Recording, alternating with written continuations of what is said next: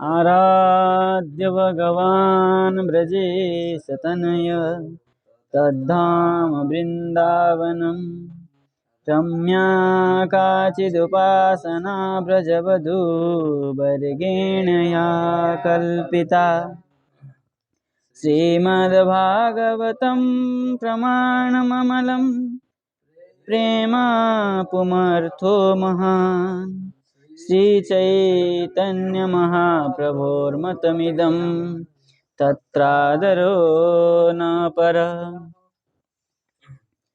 तो हम भक्ति क्या है पढ़े, फिर उत्तमा भक्ति का फिर दो भेद, तीन भेद, तीन भेद में पुनः साधन भक्ति जो है दो भेद है ना, वैधि और रागानुगा भेद न द्विविधा। उसी में ही आया ये जो आपने उत्तमा भक्ति का तीन बताया, साधना भक्ति, भाव भक्ति और प्रेम भक्ति। उसी प्रेमा भक्ति में और भाव भक्ति और साधना भक्ति में बताया कि भाव भक्ति ननु शंका करके भाव भक्ति को साध्य भक्ति और साधना भक्ति करके दो भाग मान लेते, क्या आपत्ति है? ऐसे करके वो अलग से सिद्ध किया कि नहीं, तीन ही मानना पड़ेगा, है कि नहीं। तो भाव भक्ति को कह दिया। अब आया प्रेम भक्ति, साधना भक्ति, भाव भक्ति और प्रेम भक्ति। प्रेम भक्ति का कैसे है, कैसे उत्पन्न होगा प्रेम भक्ति? तो कह रहे हैं आदौ श्रद्धा तत साधु संगोथ भजन क्रिया ततो अनर्थ निवृत्ति स्यात् ततो निष्ठा रुचिस्ततः अथा शक्तिस्ततो भावस्तत प्रेमा विदंचति साधकानामयं प्रेम्ण प्रादुर्भावे भवेत् क्रमः। सबसे पहले क्या होगा? साधक जो है आदौ श्रद्धा, सबसे पहले भगवान के प्रति श्रद्धा उत्पन्न हो। उसके बाद क्या होगा? साधु संग। श्रद्धा जब तक उत्पन्न नहीं होगा तब तक हम साधु संग के प्रति प्रेरित नहीं होंगे। सबसे पहले इसलिए श्रद्धा विश्वास रूपिणु, श्रद्धा विश्वास रूप से ही साधु के प्रति हम आकृष्ट होंगे। अगर विश्वास नहीं होगा, श्रद्धा उत्पन्न नहीं होगी तो हम साधु के पास जाएंगे ही नहीं, क्योंकि वहीं भ्रम होगा मन में कि ये पता नहीं ढोंगी साधु हो तो, है कि नहीं। जब तक विश्वास नहीं होगा भगवान के ऊपर, साधु के ऊपर, तब तक हम साधु संग नहीं कर सकते। भगवान के ऊपर विश्वास भी हो जाए तब भी हम चले जाएंगे, क्योंकि हमें मन में ये होगा जो कुछ करेंगे भगवान करेंगे, है कि नहीं। तब हमारे कोई आपत्ति और नहीं रहेगा, भगवान के ऊपर विश्वास है। जब दृढ़ विश्वास भगवान के ऊपर हो जाएगा तब हम कहीं भी जाएंगे, हमें विश्वास होगा भगवान हमारे रक्षा करेंगे। इसलिए सबसे पहले आदौ श्रद्धा, ततः साधु संग, उसके बाद साधु संग करेंगे, सत्संग करेंगे। साधु संग मतलब उसके बाद सत्संग करेंगे। अथ भजन क्रिया, उसके बाद हमको भजन के विषय में पता चलेगा कि भजन कैसी करना चाहिए, भजन से क्या लाभ होगा, ये सब सत्संग से ही प्राप्त होता है। ततो अनर्थ निवृत्ति, जब भजन करेंगे तब क्या होगा? अनर्थ की निवृत्ति होगी। ततो निष्ठा, उससे क्या होगा? हमारे निष्ठा उत्पन्न होगी भजन के प्रति। अनर्थ निवृत्ति होते ही निष्ठा उत्पन्न होगा। ततः रुचि, उसके बाद हमारे भजन के प्रति रुचि उत्पन्न होगी। अथ आसक्ति, उसके बाद रुचि जब उत्पन्न होगा तब क्या हो जाएंगे? उसमें आसक्त हो जाएंगे, अनुराग हो जाएगा उसके प्रति। जैसे हमारे भोजन के प्रति आसक्ति है कि एक दिन भोजन नहीं मिलने से लगता है हम तो बहुत दिन से नहीं खाए, इसी प्रकार भजन के प्रति जब आसक्ति हो जाएंगे, अनुरक्त हो जाएंगे, तब हम एक क्षण भी भगवान का चिंतन नहीं करेंगे तो लगेगा कि हमने तो बहुत दिन से भगवान चिंतन किया ही नहीं, कि नहीं। कि रे है ततः भाव, उसी से भाव होगा। ये भाव से पूर्ण तक जितना है वो सब क्या है? साधन भक्ति। श्रद्धा से लेकर के आसक्ति तक जो कुछ है वो सब क्या है? साधन भक्ति है। इस प्रकार साधन करने से भाव उत्पन्न होगा, ठीक है। बोले ततः प्रेमा अभ्युदंचति, उससे क्या होगा, प्रेम अभ्युदय उत्पन्न, प्रेम का उदय होगा। जब वो भगवान उस भाव उत्पन्न होगा, भाव से ही प्रेम का अभ्युदय उदय होगा। बोले साधकानाम अयम प्रेम न, साधकों का ये जो प्रेम है, प्रेम प्रादुर्भावे क्रम भवेत, इस प्रकार क्रम है।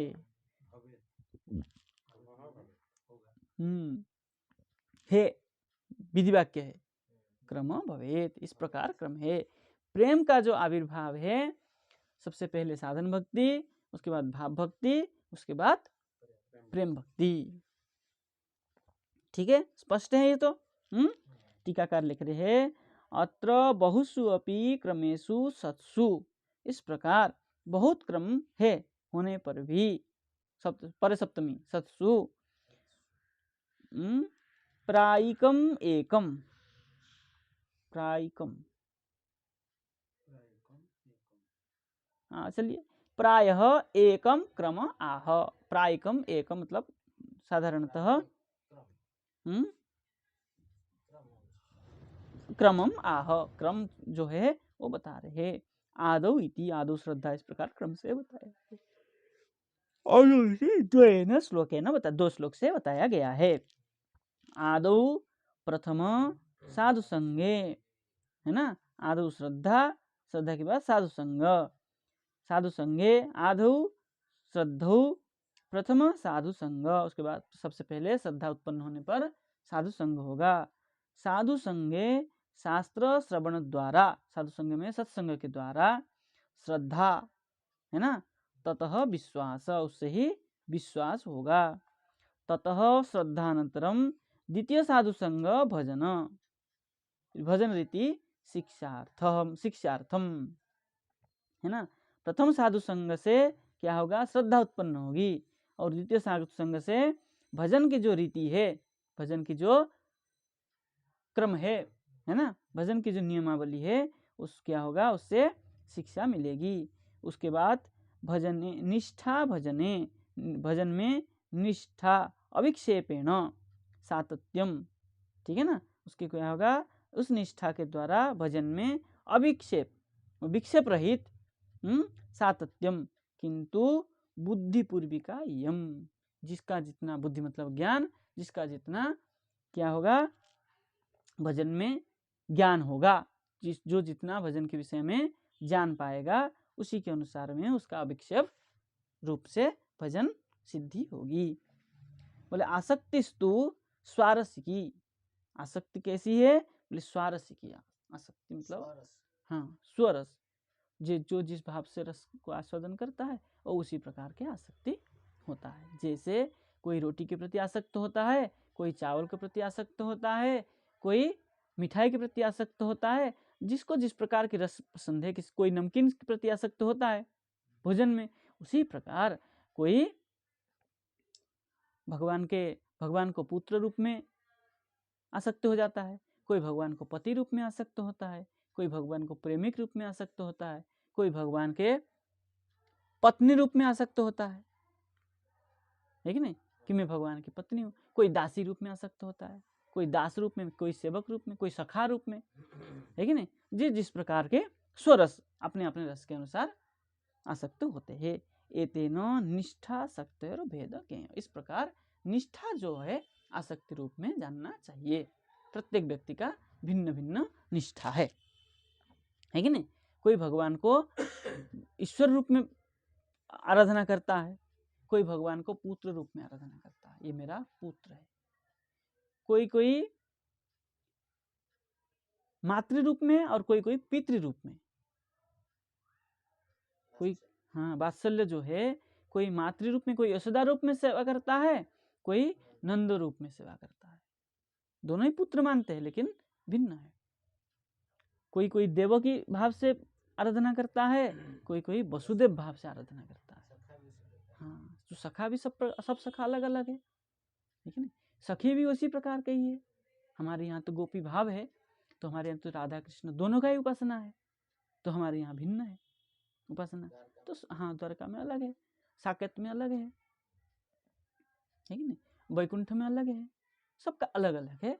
स्वरस के अनुसार जो भाव उत्पन्न होता है। ठीक है, अभी इसमें इस साइड में देखिए जो छोटे छोटे अक्षर में फुटनोट किया है उसको एक बार हिंदी पढ़ लेते हैं। ये जो अनर्थ निवृत्ति कहा था ना, भजन क्रिया ततो अनर्थ निवृत्ति, बोले अनर्थ निवृत्ति, अनर्थ 4 प्रकार के होते हैं। स्वरूप भ्रम, असत तृष्णा, अपराध और हृदय दौर्बल्य, इस प्रकार अनर्थ है ना। स्वरूप में भ्रम, कोई 2 भुज कृष्ण, कोई 4 भुज कृष्ण, ये स्वरूप भ्रम है। और असत तृष्णा,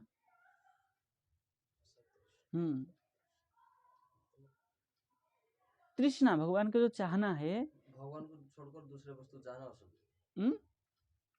हाँ वही, भगवान को चाह तो रहा है लेकिन कहता है कि मैं जो भजन कर रहा हूँ इसमें मुझे ऐश्वर्य मिल जाए। तृष्णा तो है भगवान के प्रति, लेकिन भगवान को छोड़ करके ऐश्वर्य में, ये क्या है? अनर्थ है। अरे भगवान मिल जाएगा तो सब कुछ मिल जाएगा, लेकिन लोग क्या करते हैं? धन के प्रति आसक्त हो जाता है। मैं भजन करता हूँ, मुझे भगवान धन मिले।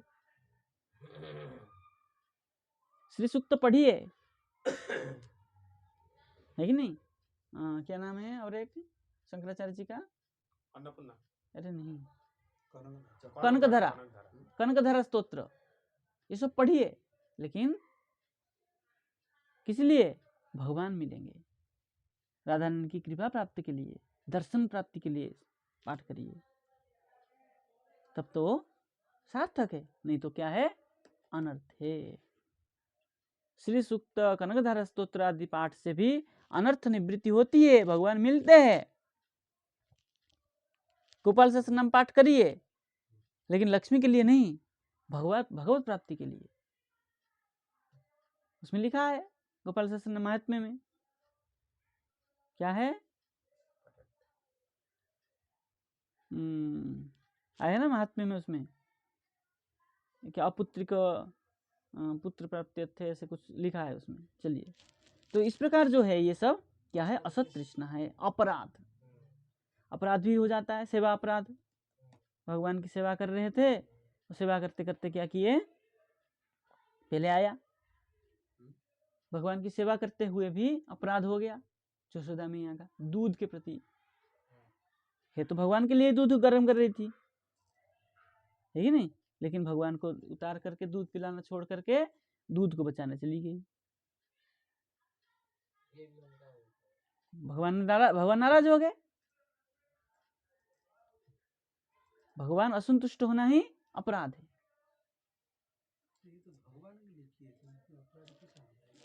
भगवान प्रीति नहीं हुई ना उसमें। हाँ, भाव तो ठीक था।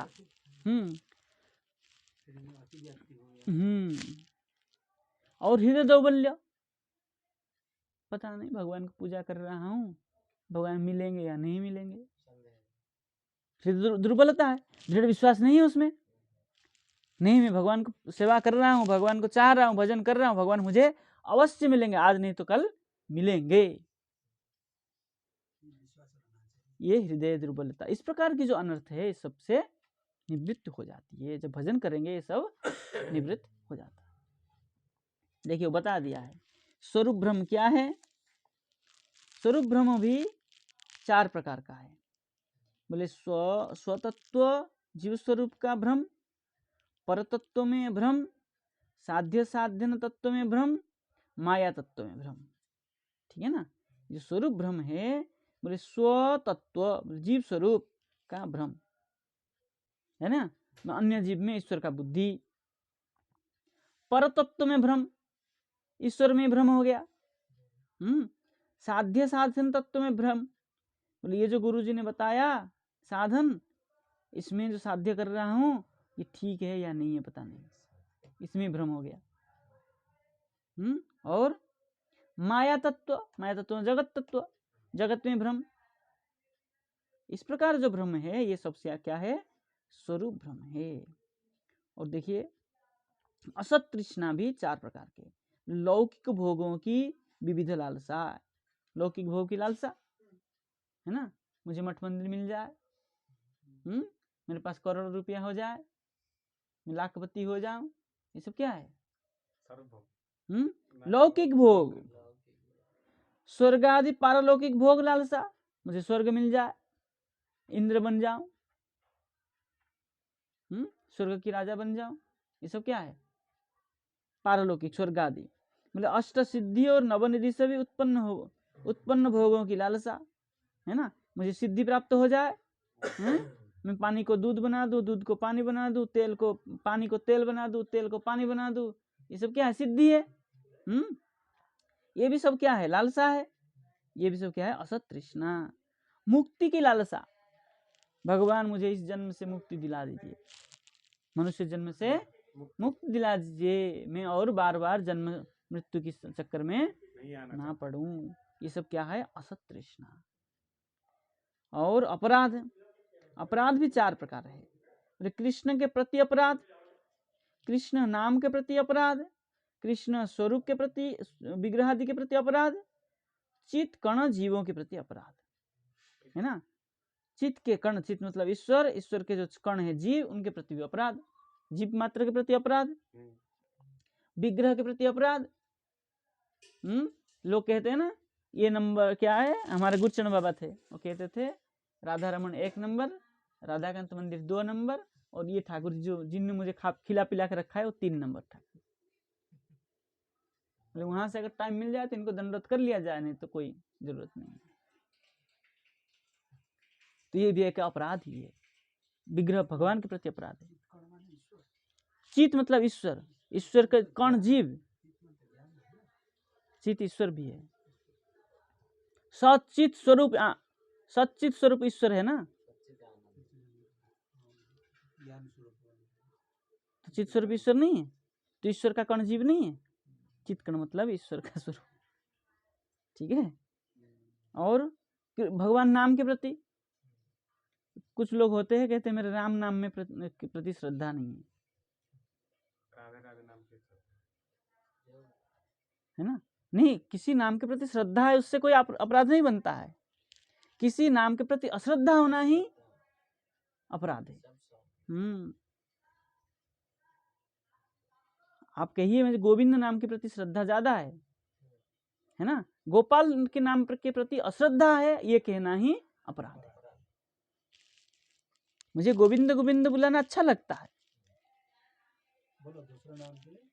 लेकिन मैं गोपाल नाम को निंदा नहीं करूं भाई, वो भी भगवान का नाम है, वो भी गोपाल भी गोविंद ही है ना, मैं गोविंद के प्रति श्रद्धा रखता हूं, ठीक है, लेकिन गोपाल भी गोविंद ही है, ये भाव रखना चाहिए। कोई गोपाल गोपाल कहता हो तो उसकी निंदा नहीं करनी चाहिए, उसको निषेध नहीं करना चाहिए, तुम गोपाल गोपाल मत कहो, गोपाल ही गोविंद है, गोविंद ही गोपाल है। भाई तुम्हें गोविंद नाम अच्छा लगता है, तुम गोविंद गोविंद करो, है कि नहीं, तो ये भी नाम अपराध है। और कृष्ण के प्रति, स्वयं भगवान के प्रति अपराध तो करना ही नहीं चाहिए, वो अपराध ही है, ठीक है। अब आया हृदय दौर्बल्य, वो भी 4 प्रकार है। बोले तुच्छ आसक्तियां, है ना, तुच्छ आसक्ति, किसी पुष्प वस्तु के प्रति आसक्ति, राजभोग के प्रति, मिठाई के प्रति आसक्ति हो जाते हैं, तुच्छ वस्तु ही तो है। पैसा तो खैर बड़ा चीज है, एक मिठाई खा के यहाँ तक रहता है, जीवा पार करते खत्म, कोई स्वाद नहीं उसका, हो जाते हैं ना आसक्ति। और कुटिनाटी वस्तुएं, बुरी वस्तु, कु मतलब बुरी और नाटी अर्थात निषिद्ध, कुटिनाटी मतलब जो निषिद्ध वस्तु है, उसके प्रति जो आसक्ति है, वो भी हृदय दौर्बल्य है। कुछ लोग होते हैं, अरे प्याज नहीं खा के हम रह नहीं सकते, तंबाकू नहीं खा के रह नहीं सकते, कुछ लोग का होता है ना, ये सब क्या है? हृदय दुर्बला। अरे भाई उसको खाने से क्या फायदा है, मेरा तो भजन में कोई लाभ हो नहीं रहा है, कि उसके बिना खाए मैं मरने जा रहा हूं, तो उसको त्याग करने से मेरा क्या फर्क पड़ता है। तो ये सब क्या है? हृदय दुर्बलता। मात्सर्य, वो पैसा वाला बन गया, मैं तो बन ही नहीं पाया, मेरे पास तो है ही नहीं, ये मत्सरता है। उसके पास मठ है, उसके पास 100 गज जमीन है, मैं दूसरे के आश्रम में रह रहा हूँ, ये क्या मत्सरता है? ये सब क्या है? हृदय दुर्बल्य है। और अपनी प्रतिष्ठा की लालसा, मैं बड़ा आदमी हो जाऊं, मेरा नाम हो जाए, ये तो सबके पास है। वर्तमान समय में ये 99.9 ये लोगों के पास है ना? मतलब 100 में कोई एक बिंदी रह गया होगा कोई, है ना, जिसके पास ये प्रतिष्ठा की आशा नहीं हो। सोचिए एक बार, प्रत्येक व्यक्ति के पास है। कोई भजन भी करता है ना, तब भी सोचता है कि मुझे लोग जाने में भजन करता हूँ। सही में, कोई भजन भी करता है ना, वो भी कहता है कि मुझे लोग जाने में भजन करता हूँ। हाँ, अरे वो फेसबुक में, यूट्यूब में लोग छोड़ते हैं कि मैं ब्रज से इतना दिन से बाहर नहीं गया हूँ, मैं इतना माला करता हूँ, मेरे घर भगवान आए थे, मैं भगवान को खिलाया। अरे तू क्या भगवान को खिलाएगा? भगवान ने दिया था उसका ही वो खा के गया। बताइए, हम क्या खिला सकते हैं भगवान को? जिस चीज को आपने खिलाया भगवान को, किसने बनाया? भगवान ने बनाया। इसको जो बनाने की प्रक्रिया है वो भी बुद्धि में भगवान बैठ के बनाया, बताया कि तुम ऐसे ऐसे करोगे तो स्वाद टेस्ट बनेगा। तो हमने किया क्या भगवान के लिए? सोचिए एक बार, हमने किया भगवान के लिए? भगवान वही अग्नि बना के वही जला रहे, वही पचा रहे। तो क्या फिर भी लोग प्रचार करते हैं कि हमने भगवान को, हमारे घर भगवान आए थे, हमने ये बना के खिलाया। भगवान हमसे मांग के पानी पिया। अरे भाई, पानी तो उनके शरीर से है। रस स्वरूप है वो, पानी स्वरूप तो वही नहीं, स्वयं है। तुम क्या पानी पिलाओगे उनको? ये सोचिए, भगवान कृपा करके हमसे पानी का आग्रह किए, हमको पानी लेने के बहाने हमको दर्शन दिए। भगवान पानी पीने के बहाने हमको दर्शन दिए। वो क्या प्यासा होंगे? वो तो रस स्वरूप है। पानी का भी प्यासा हो सकता है। जो भगवान स्वयं रस स्वरूप है, उनको क्या प्यास लगेगा? ये तो पानी पीने के बहाने हमको दर्शन दिए, हमें आनंद दिए। तुम क्या पानी पिलाओगे भगवान? ये सब क्या है? प्रतिष्ठा की लालसा। चलिए, इनके अतिरिक्त भी 4 प्रकार के अनर्थ और है। क्या है? दुष्कृति उत्थ, सुकृति उत्थ, अपराध उत्थ, भक्ति उत्थ। ये भी और 4 है। देखिए, इसको भी पढ़ लेते हैं। बोले दुष्कृति उत्थ, बोले अविद्या, अस्मिता, राग, द्वेष, दुराभिमानी, दुराभिनिवेश, ये सब जो क्लेश है, ये पंच क्लेश है ना, अविद्या, अस्मिता, राग, द्वेष, अभिनिवेश। ये जो पंच क्लेश है, ये क्या है? अस्मिता वहां देख लीजिएगा, एक सूत्र में है, जड़ शरीर में मेरा अभिमान बता रहे हैं अस्मिता क्या है, सब बता रहे हैं यहाँ पे। ठीक है ना? क्लेश का नाम दुष्कृत उत्थ अनर्थ है। ठीक है ना? दुष्कृत से जो निकला हुआ अनर्थ है ये। ठीक है ना? बोले कृष्ण को भूलना ही अविद्या है। जड़ शरीर में और मेरा का अभिमान अस्मिता है। विषयों में आसक्ति का नाम राग है। प्रतिकूल विषय में द्वेष होता है और पाप कर्म कार्यों में आसक्ति दुर्निवेश है। और सुकृति उत्थ, बोले पूर्व जन्म अर्जित नाना प्रकार के सुख भोग, ये पूर्व जन्म जो किया गया है कर्म है ना, पाप पुण्य आदि, उसी से पुण्य से पूर्व जन्म अर्जित नाना प्रकार के सुख भोग ही सुकृत। तो इससे भी क्या हो जाता है? इससे भी अनर्थ बनता है, इससे भी आप निवृत्ति हो जाएंगे भजन से। और अपराध उत्थ, बोले नाना अपराध आदि फलस्वरूप दुख भोग, अपराध बहुत किया था, उससे भी जो उत्पन्न हो रहा था दुख, वो भी अनर्थ है, उससे भी निवृत्त हो जाएंगे भजन करने से। भक्ति उत्थ, बोले भक्ति से भी जो उत्पन्न होता है, बोले सकाम अथवा उपाधिक भक्ति से उत्पन्न लाभ। पजा लिख दिया है, पूजा कर दिए। हाँ, पूजा प्रतिष्ठा आदि को कहते हैं, ठीक है ना। भक्ति से भी जो उत्पन्न होता है अनर्थ, बोले सकाम भक्ति और उपाधि का भक्ति है ना, इससे भी उत्पन्न होता है, ठीक है ना। इन सभी अनर्थ को दूर करने की चेष्टा करनी चाहिए। कैसा, क्या करने से सब उत्पन्न नष्ट दूर होंगे, क्या करने से, बोले भजन क्रिया, विधिवत भजन करने से ये सब अनर्थ की दूरी हो जाती है। अन्यथा निष्ठा उत्पन्न नहीं होगी। अगर ये अनर्थ रह जाएंगे तब निष्ठा उत्पन्न, भगवान के प्रति निष्ठा उत्पन्न नहीं होगी, ठीक है ना। आज इतने देते हैं इतना। जय जय श्री राधे।